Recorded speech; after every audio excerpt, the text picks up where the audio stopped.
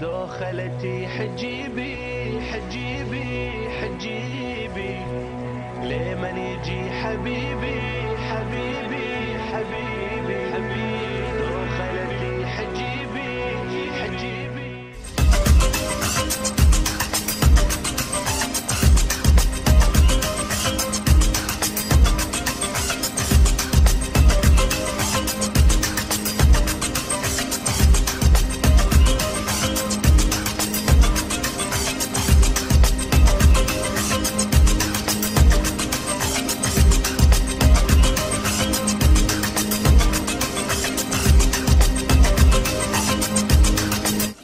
حياكم الله معنا في الخيمة الفنية. معكم سلطان علي تلاقف، فنان تشكيلي ورئيس الخيمة الفنية لهذا العام 1433.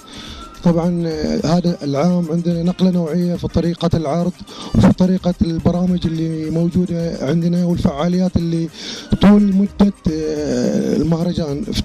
ابتدينا طبعا بالعرض، يعني بالنسبة للديكور هذا العام ديكور جيد وطريقة العرض مبتكرة. طبعا خططنا للطريقة قبل ما ننفذ هذه الأوامر، قبل ما ننفذ العرض خططنا. طبعا سوينا سكتش للموقع وللمحل ومع إضاءة طبعا سبورت لايت على كل اللوحات.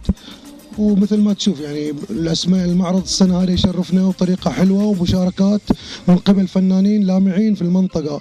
طبعا بالنسبة لنا احنا كمجموعة كونا مجموعة رئاسة لهذه الخيمة، رئيس خيمة ونائب رئيس ومنسق عام ومشرفات وتشريفات. وزعنا مهام، يعني مهام لجميع الجروب، والحمد لله يعني نال إعجاب جميع الجمهور ومن حضر هذه الخيمة.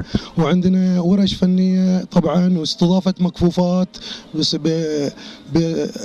باستضافة مكفوفات بالأخت عبير البشراوي ما قصرت وتعاونت ويانا تعاون جيد، والحمد لله سوينا مزاد على أعمالهم في الساحة العامة وجاب مبلغ جيد وريعه للمكفوفات في نفس الوقت.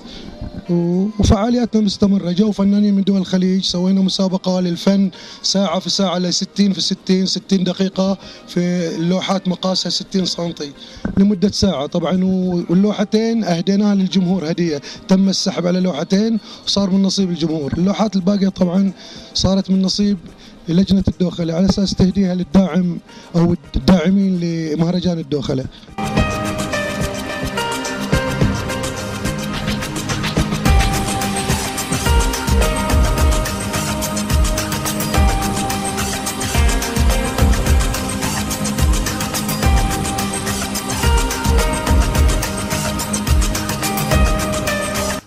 الفنانة دلال إبراهيم الجارودي من قرية التوبي، مشاركتي الأولى في الدوخلة حاليا.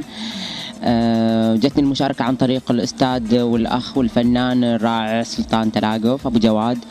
حبيت أشارك وأثبت وجودي حاليا في مشاركتي في الدوخلة. هم بعد أني مشرفة في نفس الخيمة. أتكلم عن لوحتي حاليا. لوحتي عبارة عن 4 مقاطع. عرضت المقطع الأول عشان مساحة المكان.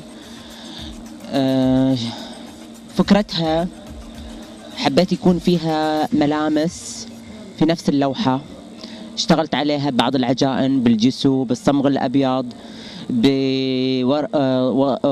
بوضع الورق بحيث انه يبين انها تجاعيد، كلها تجاعيد الحياة هذه. حطيت هنا حركة القناع كسقوط الأقنعة من البشر. وضعت كأن حركة هني اللي هو بقايا من قفص الصدر للإنسان. القلم أو الشمعة أو الشعلة، بصمة الدم هي اللي تبقى لدى الإنسان في الحياة. حكاية هي مأساوية نوعا ما، بس حاولت أبسطها في هذه اللوحة.